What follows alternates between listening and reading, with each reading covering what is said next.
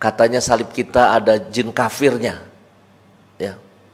Apakah orang Katolik menyembah patung atau tidak? Orang yang punya cinta, dia akan kreatif.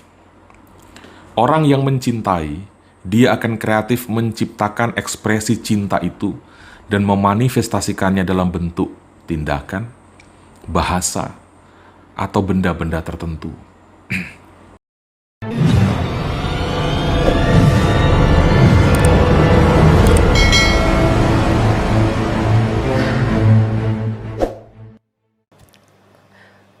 Belakangan ini dunia sosial media heboh karena ada seorang artis pindah agama lalu mengolok salib kita. Katanya salib kita ada jin kafirnya. Ya. Saudara-saudari, mau pindah agama terserah kalau buat saya. Ya. Itu perkara private, perkara pribadi. Ya.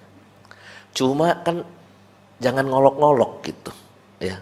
Jangan menilai iman orang lain. Ya. Kita nggak pernah marah salib kita jatuh, pecah, ya, kesenggol, rosario kita yang ada salibnya hancur karena ketarik sama anak gitu. Kita nggak pernah marah. Karena memang ya salib itu bukan Tuhan. Ya. Rosarionya putus ya tinggal ditanam, beres. Salibnya dihancurkan ya kita beli lagi. Ya, diberkati lagi. Itu bukan Tuhan, itu simbol membantu kita buat berdoa. Dan dikatakan dengan bagus oleh Romo Deso di sosial media juga. Beliau mengatakan, Orang yang punya cinta, dia akan kreatif. Orang yang mencintai, dia akan kreatif menciptakan ekspresi cinta itu dan memanifestasikannya dalam bentuk tindakan, bahasa, atau benda-benda tertentu. Misalnya, ia membuat rumah ibadah karena ia merasa mencintai Allah. Bukan supaya Allah tidak panas dan tidak kedinginan kalau malam atau kepanasan kalau siang. Bukan. Dia tidak hendak mengurung Allah di dalam rumah itu, tetapi membangun rumah ibadah sebagai ekspresi kecintaannya akan Allah. Jadi membangun rumah ibadah tidak bisa dikatakan dia menyembah berhala. Dia membuat patung karena dia mencintai Yesus. Bukan patung itu adalah Yesus. Ia membuat taman Bunda Maria, seperti yang sedang saya lakukan sekarang, karena ada kecintaan di sana. Membuat kalung, membuat lukisan, dan macam-macam. Mengapa? Dengan itu ia merasa dekat dan selalu dalam kebersamaan dengan dia yang dicintainya. Ada begitu banyak orang mengibaratkan pasangan yang sedang jatuh cinta. Dia akan mengekspresikan cinta itu dengan apa? Membuat lagu, melukis pacarnya, atau membuatkannya cincin, dan sebagainya. Ada begitu banyak ekspresi. Dan jangan begitu mudah berasumsi bahwa ekspresi cinta itu adalah sebuah kejahatan. Ekspresi iman adalah sebuah penyembahan berhala. Jangan mempublikasikan kebodohan sebelum kita sungguh-sungguh mengenal secara mendalam.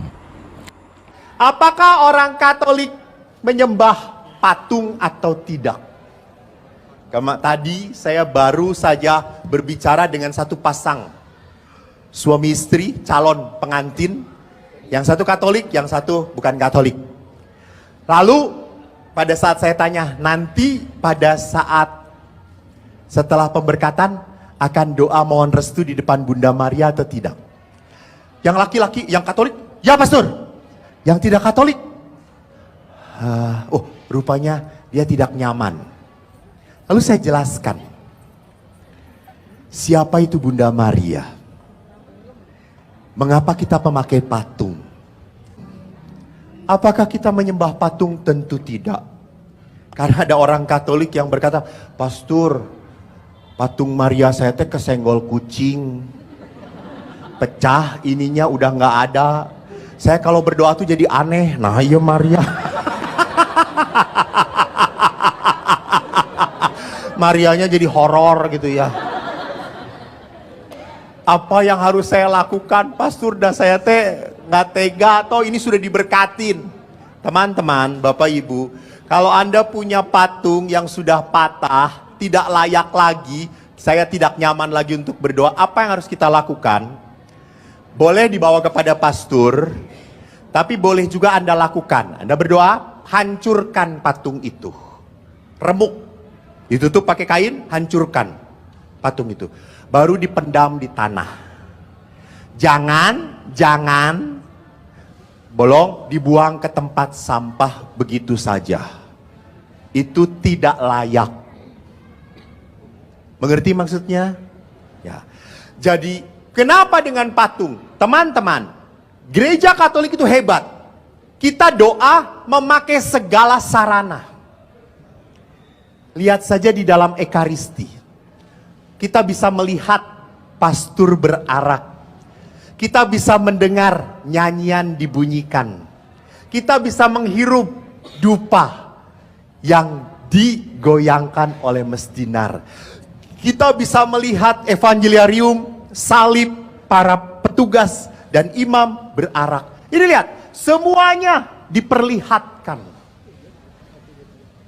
Semuanya diaktifkan. Maka patung itu untuk apa? Sarana bagi saya supaya saya mudah berdoa. Jadi sarana pada saat saya berdoa, saya langsung ingat, oh saya sedang berhadapan dengan Tuhan. Yesus, hati kudus yang maha kudus. Mulai saya berdoa. Ingat, saya sudah ditinggal wafat oleh ibu saya. Satu saat saya rindu. Satu saat saya ingin ketemu. Saya kok ingin ngobrol. Apa yang saya lakukan? Saya ambil foto ibu saya. Saya ngomong, Bu, sudah di surga ya. Doakan ya aku ya. Aku masih di dunia. Jadi pastor berat. Apalagi jadi temannya Pastor Leo van Berden.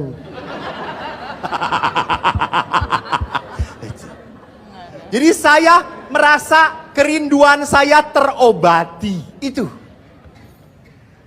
Menjadi makin ngomongnya makin merasa seperti sungguh ada. Nah itu. Jadi patung itu membantu saya supaya doa saya makin dirasakan. Menguatkan iman saya. Menenangkan saya. Meneguhkan saya. Kalau patung pun itu tidak ada, kalau patung pun itu dihancurkan, tidak berarti iman kita dihancurkan. Tidak. Maka itu saya senang sekali. Tidak banyak orang Katolik yang tersinggung. Wah, ada patung di gereja ini dihancurkan. Ya sudah. Patung Bunda Maria dihancurkan. Tidak pernah Bunda Maria menjadi hancur. Bunda Maria tetap ulung di surga. Tapi gereja Katolik juga nggak apa-apa sih, diolok-olok juga udah biasa ya. Kita nggak marah tuh, ada film Romo, ahli film ini, Romo Kadek ini sekolahnya tentang perfilman di Roma ya. Kita pernah ingat ada film The Last Temptation of Jesus Christ. Itu waktu saya frater tingkat berapa ya, 1 atau 2 lah. Udah 40 tahun yang lalu kira-kira ya. Itu diungkapkan di situ 30 tahun yang lalu, karena usia saya juga baru 48 sekarang. Lupa saya. Itu di situ tuh ada film, bahkan Tuhan Yesus digambarkan berhubungan seks dalam film itu. Gereja tenang-tenang aja, gereja nggak marah, ya. Salah film itu, keliru film itu. Tapi gereja sudah terbiasa, ya, menjadi komunitas yang sabar, yang menerima, yang memberi pengharapan, membawa kegembiraan. Kenapa? Karena Tuhannya juga diolok-olok di kayu salib gitu, ya. Diolok oleh penjahat yang satu, yang sebelah kiri. Gereja Katolik tidak pernah merasa kehilangan Allah ketika patung dirusak dan ketika gereja dirusak. Sebab gereja Katolik tidak pernah mentuhankan benda-benda itu, tidak pernah mentuhankan gedung itu.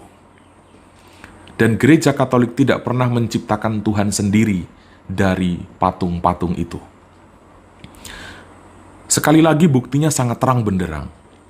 Otoritas gereja Katolik tidak pernah mengkriminalisasi perusak rumah ibadat, perusak patung dengan dalil merusak agama, menista agama, merusak Allah, atau menista Allah.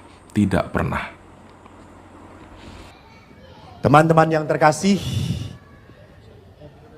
jujur, saya mengatakan saya bangga menjadi seorang Katolik. Saya bahagia menjadi seorang Katolik. Saya diajari sejak kecil oleh ayah saya menjadi Katolik. Dan saya selalu tahu bahwa kalau saya Katolik, saya ini anak Tuhan. Saya selalu dijaga oleh Tuhan.